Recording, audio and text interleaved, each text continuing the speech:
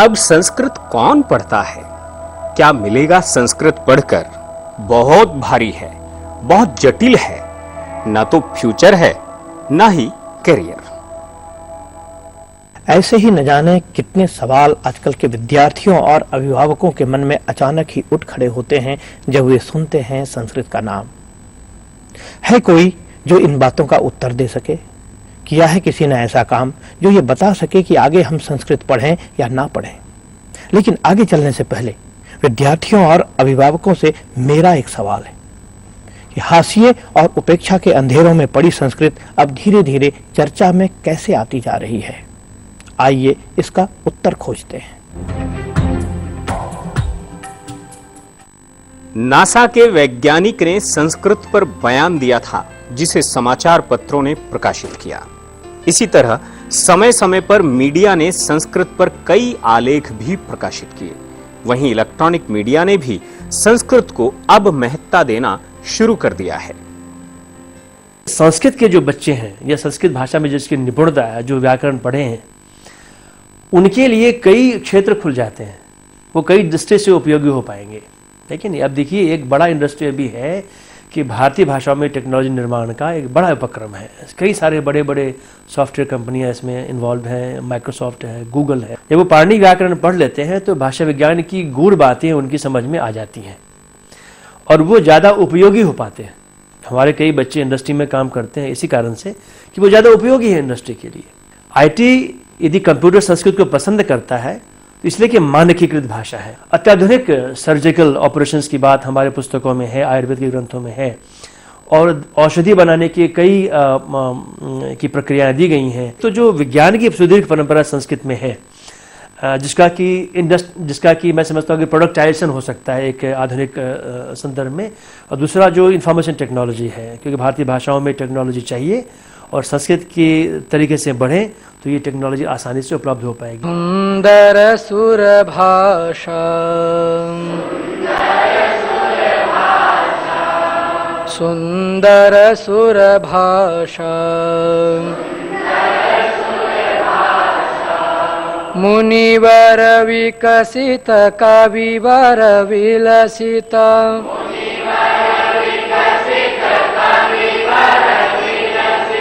मंजुल मंजूषा,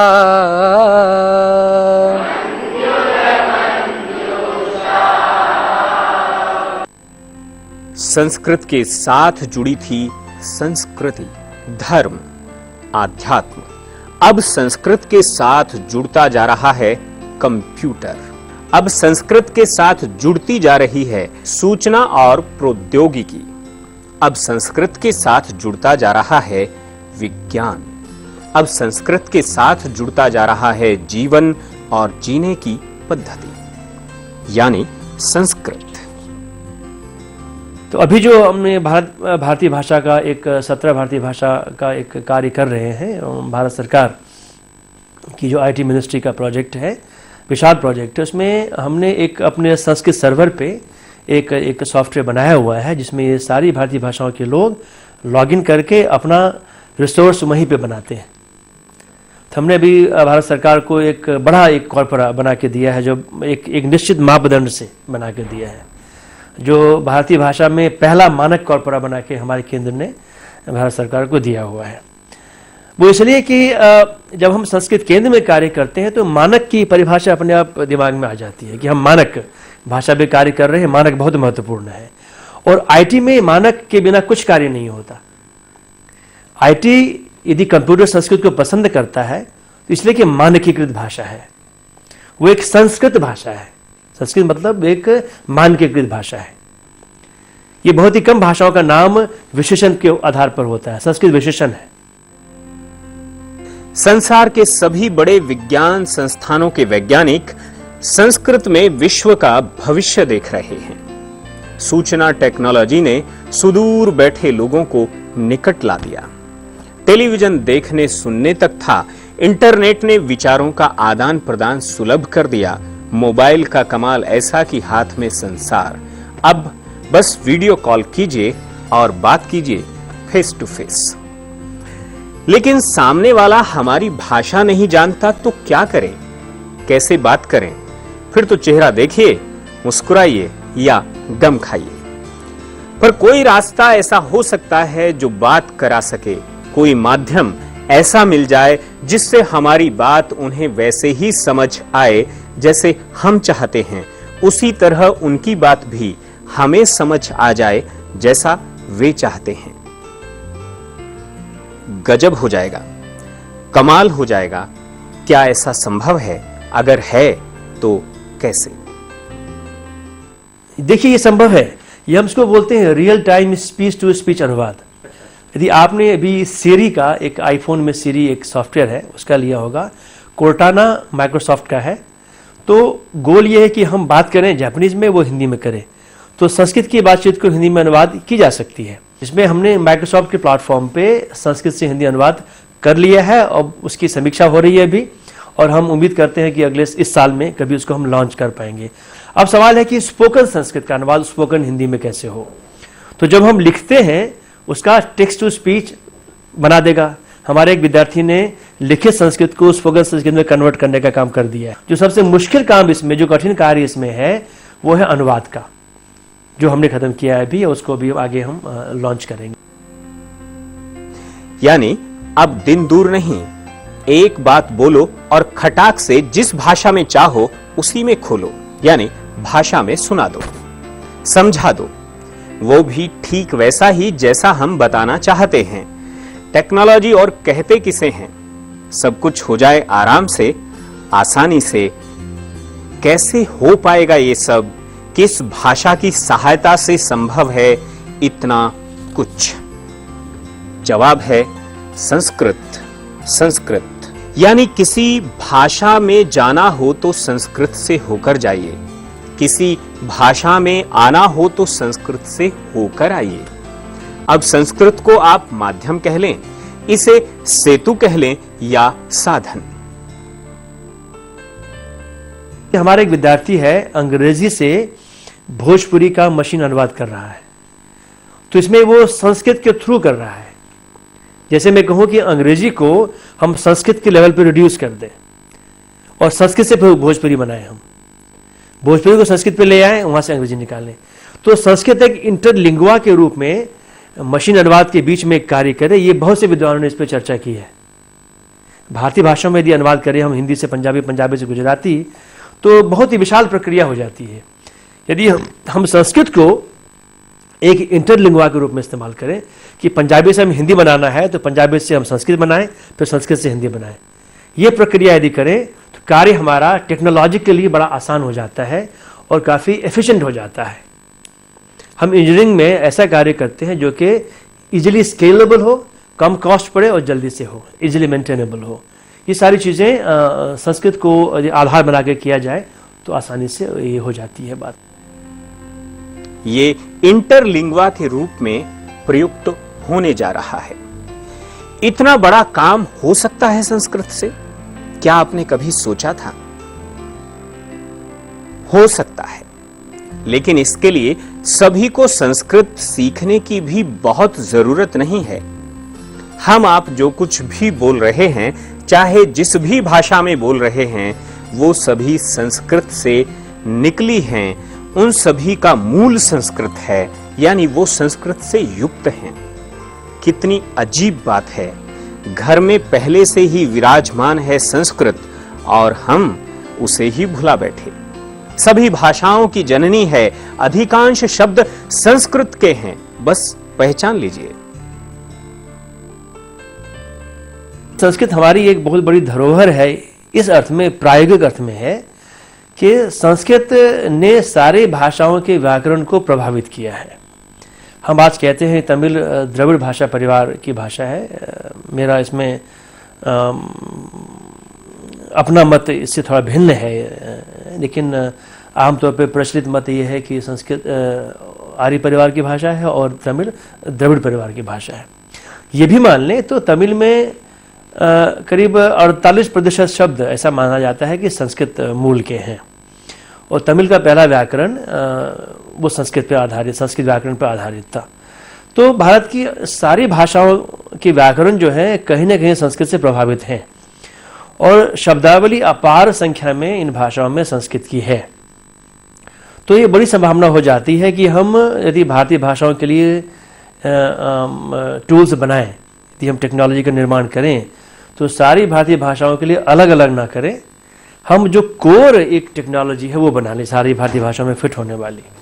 जैसे मैं कहूँ कि मैं एक भारती नाम से एक संयंत्र बनाऊं जो कि सारी भारतीय भाषाओं में फिट हो जाएगी, ठीक है, और वो संयंत्र संस्कृत निष्ठ होगी, संस्कृत वाली ही बातें उसमें होंगी। और उसके बाद जो भाषा की विभिन्नताएं हैं, जैसे कि पंजाबी की विशेषता है, तमिल की विशेषता है, वो हम अलग से बना लें तो हमारा एक जो मेहनत हमारी है कम हो गई, कॉस्ट हमारा कम हो गया, और इंजीनियरिंग की दृष्टि से ज़्यादा ये मेंटेनेबल सॉफ्टवेयर होगा, ज़्यादा स्केलेबल होगा। हम सॉफ्टवेयर की भाषा में कहें, इसको आसानी से मेंटेन कर पाएंगे, इसको हम स्केल कर पाएंगे। वचसा सत्यतं वदनीयं लोकहितं मम करणीयं लोकहितं मम करणीयम्। शोभनम मम नाम नितेशः मम नाम किम सुंदरम। कुछ लोगों ने इसे पहचाना, कुछ लोगों ने इसे पहले ही समझ लिया, खुद और बाल बच्चों को भी संस्कृत का अभ्यास करा दिया। वनम गच्छति सह वनम गच्छति पिपासा तस्य बुभुक्षा पिपासया बुभुक्षा सा वनम गच्छति सह वनम गच्छति। हाँ वदतु रुचिके, अहं महाविद्यालय से बहिः अस्मि।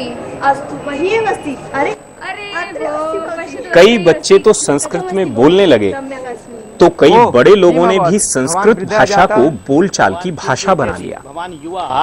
अहम युवा अस्मि। केशः कृष्णवर्णं कृत्वा कोऽपि युवा न भवति।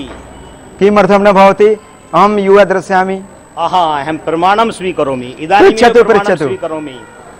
हरि ओम भ्रातृजायः किम् अभवत्, कथं चलति? लगातार पठन पाठन से संस्कृत की सरलता सामने आई और बड़ी संख्या में लोग उसे अपनाने लगे। कई परिवार संस्कृतमय हो गए, और तो और एक गांव तो ऐसा है जो पूरा का पूरा संस्कृत ही बोलता है। अस्तु जनाः संस्कृतं वदन्ति इति आश्चर्यं। कठिनमस्ति, जटिलमस्ति, क्लिष्टमस्ति, नैव सरलमस्ति। संस्कृतं बहु सरलमस्ति। ये जनाः इदानीं संस्कृतं वदन्ति पठन्ति च, ते अग्रे संस्कृत भाषा विज्ञानस्य ज्ञातारः संगणकस्य वेत्तारः भविष्यन्ति इति निस्संदेहः। संस्कृत के जो बच्चे हैं या संस्कृत भाषा में जिसकी निपुणता है, जो व्याकरण पढ़े हैं, उनके लिए कई क्षेत्र खुल जाते हैं, वो कई दृष्टि से उपयोगी हो पाएंगे। लेकिन अब देखिए एक बड़ा इंडस्ट्री अभी है कि भारतीय भाषाओं में टेक्नोलॉजी निर्माण का एक बड़ा उपक्रम है। कई सारे बड़े बड़े सॉफ्टवेयर कंपनियां इसमें इन्वॉल्व हैं। माइक्रोसॉफ्ट है, गूगल है, माइक्रोसॉफ्ट से हमारा सीधा संबंध है, हम इनके कंसल्टेंट रह चुके हैं। कई सारी यूनिवर्सिटियां इसमें काम कर रही हैं। जैसे मैंने यूनिवर्सिटी पेंसिल्वेनिया के लिए कंसल्टेंसी की, उनके लिए रिसोर्सेज तैयार किए हमने। कई सारी की कंपनी जैसे कि स्विफ्ट की है जो मोबाइल फ़ोन की कीबोर्ड बनाती है, उसके लिए काम किया। तो ये सारी कंपनियां इस चीज़ में व्यस्त हैं कि कैसे भारतीय भाषाओं में उपकरण बने और लोग ज़्यादा से ज़्यादा संख्या में इसका इस्तेमाल कर सकें। अभी तो ये चीज़ें फ्री में बन रही हैं, फ्री में उपलब्ध भी हैं। कल को इसमें रेवेन्यू जनरेशन भी होगा, रिसोर्स जनरेशन भी होगा। अब ये कौन बच्चे काम करेंगे? जो इसमें निपुण है। अब मूल बात यह है कि कंप्यूटर और संस्कृत में संबंध क्या है। लंबे समय तक यही भ्रम रहा कि कहां कंप्यूटर और कहां संस्कृत। साफ साफ कहें तो घर परिवार में भी यही कहा जाता था कि कहां संस्कृत पढ़ रहे हो, जमाना कंप्यूटर का है। लेकिन अब लोग कहेंगे कि कहां जाकर संस्कृत पढ़ लें, क्योंकि जमाना कंप्यूटर का है। यानी आने वाला समय कंप्यूटर का है, लेकिन अब वह संस्कृत के साथ ही चलने वाला है, क्योंकि संस्कृत कंप्यूटर की मास्टर लैंग्वेज जो है। कैसे भी बोलिए संस्कृत को, अर्थ वही निकलेगा जैसा होना चाहिए। जरा देखिए, राम आम खाता है, अर्थ साफ है। लेकिन आम राम खाता है तो अनर्थ हो गया। वैसे ही अंग्रेजी हो या कोई और भाषा, अर्थ अनर्थ में बदल ही जाता है। लेकिन अब जरा संस्कृत को देखिए। रामः आम्रम खादति, अर्थ साफ है। आम्रम रामः खादति, अर्थ साफ है। आम को राम खाता है। खादति रामः आम्रम, अर्थ में कोई अंतर नहीं आया और अनर्थ भी नहीं हुआ। यानी वाक्य कैसे भी लिखिए अर्थ वही होगा उसे जो होना चाहिए। यही कसौटी व्याकरण की है। भाषा की वैज्ञानिकता व्याकरण पर आधारित होती है। इतना ठोस व्याकरण संस्कृत को छोड़ संसार की किसी भाषा के पास नहीं है। मुश्किल यह है कि हिंदी अंग्रेजी जैसी भाषाएं कंप्यूटर में आने में असमर्थ हैं कई कारणों से। एक तो इनमें व्याकरण का उतना एक सुदीर्घ या एक सम्यक परंपरा नहीं रही, व्याकरण भी संपूर्ण नहीं है। और दूसरा कि बोलने वाले बहुत ज़्यादा संख्या में हैं। ये भी एक समझता हूँ कि एक प्रभाव है। यदि बोलने वाले बहुत संख्या में होते हैं, भाषा एक विशाल भूभाग पे बोली जाती है, तो परिवर्तन होंगे भाषा में। जब परिवर्तन होंगे तो व्याकरण भी तेजी से बदलेगा। संस्कृत में ये बात नहीं है। एक व्याकरण एक निश्चित मानक में है और बोलने वाले भी सीमित संख्या में हैं, तो भाषा बदलती नहीं है बहुत ज़्यादा। जब बदलती नहीं है तो फिर कंप्यूटर में इस भाषा को लाने की प्रक्रिया थोड़ी आसान हो जाती है। तो इसीलिए संस्कृत जो है एक, मैं समझता हूँ कि हमारी आशा है आर्टिफिशियल इंटेलिजेंस कम्युनिटी के लिए। संस्कृत की तरफ हम बड़ी आशा से देखते हैं कि एक न एक दिन ये भाषा हमारे प्रयासों के द्वारा कंप्यूटर में आ पाएगी और हम सीधे कंप्यूटर को संस्कृत में निर्देश दे पाएंगे। तो फिर हमारा काम जो हम कंप्यूटर से नहीं करा पाते वो करा पाएंगे। अब इसके परिणाम कई निकलेंगे। पहला तो संस्कृत एक ज़्यादा पॉपुलर भाषा हो जाएगी, एक निश्चित एक प्रोग्रामिंग कम्युनिटी में ज़्यादा पॉपुलर हो पाएगी और कंप्यूटर की शक्ति काफ़ी बढ़ जाएगी। जो कार्य कंप्यूटर आज नहीं कर पाता वो कर पाएगा। अब हम ये जानने की कोशिश करेंगे कि कंप्यूटर कैसे संस्कृत में काम कर सकता है, कैसे कंप्यूटर की भाषा के रूप में संस्कृत भाषा सबसे अहम हो सकती है। संस्कृत जो है प्राकृतिक भाषा है और जो ओरेकल है एक डेटाबेस की भाषा है, जावा है, सी है, C++ ये प्रोग्रामिंग भाषाएं हैं। तो प्रोग्रामिंग भाषाएं हम तभी बनाते हैं जब हमें किसी टास्क को कंप्यूट करना होता है। मैं सॉफ्टवेयर इंजीनियर रहा हूँ अमेरिका में, तो हम कोई टास्क लेते हैं, उसको प्रोग्राम करते हैं आर्टिफिशियल कोड में। तो उस आर्टिफिशियल भाषा की अपनी एक नियमितताएं होती हैं, उसकी एक अपनी सीमाएं होती हैं जिसके उसके आगे हम नहीं कर सकते। तो यदि संस्कृत जैसी प्राकृतिक भाषा प्रोग्रामिंग भाषा बन जाए तो वो सीमाएं दूर हो जाती हैं। लेकिन समस्या ये है कि संस्कृत प्रोग्रामिंग भाषा बने कैसे, क्योंकि प्रोग्रामिंग भाषा का अपना एक निश्चित व्याकरण होता है, निश्चित जिसपे कंपाइलर बनता है। तो संस्कृत का भी निश्चित व्याकरण है, उसका कंपाइलर बन सकता है। तो ये संभावना संस्कृत में है। अब संस्कृत का व्याकरण जो है उसमें 4000 के करीब व्याकरण के सूत्र हैं पाणिनि के, क्योंकि बहुत ही कॉम्पैक्ट सूत्र है।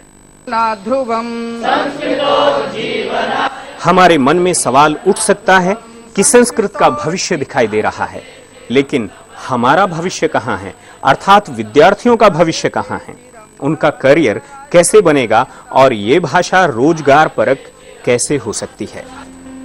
तो इसका उत्तर देने वाले खुद संस्कृत की पढ़ाई कर सॉफ्टवेयर इंजीनियर बने और उसी रास्ते बड़ी संख्या में इनके विद्यार्थियों ने बड़े बड़े संस्थानों में अपनी जगह बनाई। हमारी भाषा पे, हमारे केंद्र में जो लोग संस्कृत भाषा पे कार्य करते हैं, जो बच्चे इस विषय में कार्य करते हैं, तो इनके दो तरह के करियर ऑप्शंस खुल जाते हैं। एक तो वो जो पारंपरिक करियर ऑप्शंस हैं, जैसे कि शिक्षा के क्षेत्र में, यदि वो स्कूल में नौकरी करना चाहें, यूनिवर्सिटियों में नौकरी करना चाहें। संस्कृत के करीब 17 विश्वविद्यालय हैं और 150 डिपार्टमेंट संस्कृत के भारत भर में हैं, तो वहाँ पर उनकी नौकरियों की संभावनाएं हैं। और कोई भी विभाग यदि आजकल चाहेगा कि हम संस्कृत में नया कार्य करें, तो ये एक अच्छा विषय उनके लिए उपलब्ध हो जाता है नया कार्य करने का। एक तो वो एक क्षेत्र खुल जाता है उनके लिए। दूसरा शोध का क्षेत्र खुलता है कि आप शोध में करना चाहें कि सॉफ्टवेयर कंपनी में कार्य कर सकते हैं, इन उपकरणों को बनाने में कार्य कर सकते हैं। अब जो संस्कृत का जो छात्र है उसकी अपनी मातृभाषा तो होगी, आमतौर पर हमारे यहाँ जो बच्चे आते हैं वो तो हिंदी मातृभाषा वाले होते हैं, बंगाल के बच्चे आते हैं, उड़ीसा मातृभाषा के बच्चे आते हैं, तो अपनी मातृभाषा पे काम नहीं कर सकते हैं ये, और संस्कृत का जो ज्ञान इनका है उसमें मदद करता है इनको, तो ये इनकी उपयोगिता कई गुना बढ़ जाती है। कम से कम 6000 वर्षों की साहित्य सृजन की परंपरा और सबसे विशाल वांग्मय एक थाती के रूप में इस देश को मिला है, जिसे पाने की ललक दूसरे देशों में हो रही है। छोटा भीम सीरियल आप देखें, पता नहीं किस चैनल ने बनाया है, इसकी टेक्नोलॉजी बहुत ही इंफीरियर है। यदि हम डिज्नी से कंपेयर करें तो टेक्नोलॉजी कहीं नहीं बैठती इसकी, लेकिन सबसे ज़्यादा पॉपुलर सीरियल बच्चों में वो छोटा भीम है। इससे पता चलता है कि हमारी परंपराओं की कहानियां बच्चों में काफ़ी लोकप्रिय हो सकती हैं यदि इसको हम लोगों के सामने पेश करें। तो संस्कृत की कहानियां जो पंचतंत्र की है, तो हमने अभी 25 कहानियों को एनिमेट किया है, जातक की है, पंचतंत्र की, हितोपदेश की है। इसके लिए भी IT मिनिस्ट्री ने हमें योगदान दिया था, आर्थिक अनुदान दिया था। तो उसमें क्या है कि ये कहानियाँ बहुत ही सरल ढंग से पेश की जाती हैं एनिमेटेड इंटरैक्टिव फॉर्म में, ताकि बच्चे उससे खेल सकें। उसमें जो एक सन्निहित संवाद है वो बच्चे आसानी से प्राप्त कर सकें और अच्छे नागरिक बने, तो बच्चों को आकर्षण लगता है इसमें। तो बच्चों का जो आकर्षण IT माध्यम से है, मोबाइल फ़ोन से है, उसके जरिए हम अपनी परंपरा को उनके सामने प्रस्तुत करें, ये बहुत बड़ा इंडस्ट्री बन सकता है। एनिमेशन का बाजार बहुत विस्तृत है, जिसे दूसरे देश अपना रहे हैं और राजस्व बटोर रहे हैं, तो हम पीछे क्यों रहें? अब सोचिए कि मान लीजिए हमने एक एनिमेशन इंडस्ट्री शुरू की कि हम पंचतंत्र की कहानी को या पुराण की कहानी, हमने अग्नि पुराण लिया, उसकी कहानियों को हम प्रस्तुत करेंगे। तो हमने पहले संस्कृत में मूल कथा को लिया, उसको एनिमेट किया, फिर उसी टेम्पलेट में हिंदी, पंजाबी, गुजराती, मराठी 22 भाषाओं को डाल दिया। हमारा कॉस्ट कई गुना कम हो गया और हमने एक साथ ही 22 टीवी इंडस्ट्री को ये डिलीवर कर दिया। हमने बनाया संस्कृत के लिए, लेकिन सारी इंडस्ट्री को डिलीवर कर दिया, फिर फिल्म भी बना ली उसका, फिर अंग्रेजी में अनुवाद करके वेस्टर्न क्राउड को भी दे दिया। तो एक मेहनत से कई गुना उसकी आमदनी आपकी बढ़ जाएगी। हम चले थे एक प्रश्न को लेकर कि संस्कृत अब पढ़ता कौन है, और पहुंच गए वहां जहां हमें सारे प्रश्नों के उत्तर मिल गए हैं। सूचना और क्रांति ने संसार को मुट्ठी में समेट दिया है। अब आवश्यकता है एक सटीक माध्यम की, और वो माध्यम है संस्कृत। किंतु एतदर्थम अनवरत शोध आवश्यकम, अध्ययन अध्यापनेषु परिष्कारः आवश्यकः, सर्वकार पक्षतः अपि सुदीर्घा योजना आवश्यकी, एवं जनेभ्यः पक्षेभ्यः उद्घोषः। संस्कृते प्रवर्धनाय दृढनिधिर्भवेदिदम्। संस्कृतस्य रक्षणाय बद्धपरिकरा वयम्। संस्कृतस्य रक्षणाय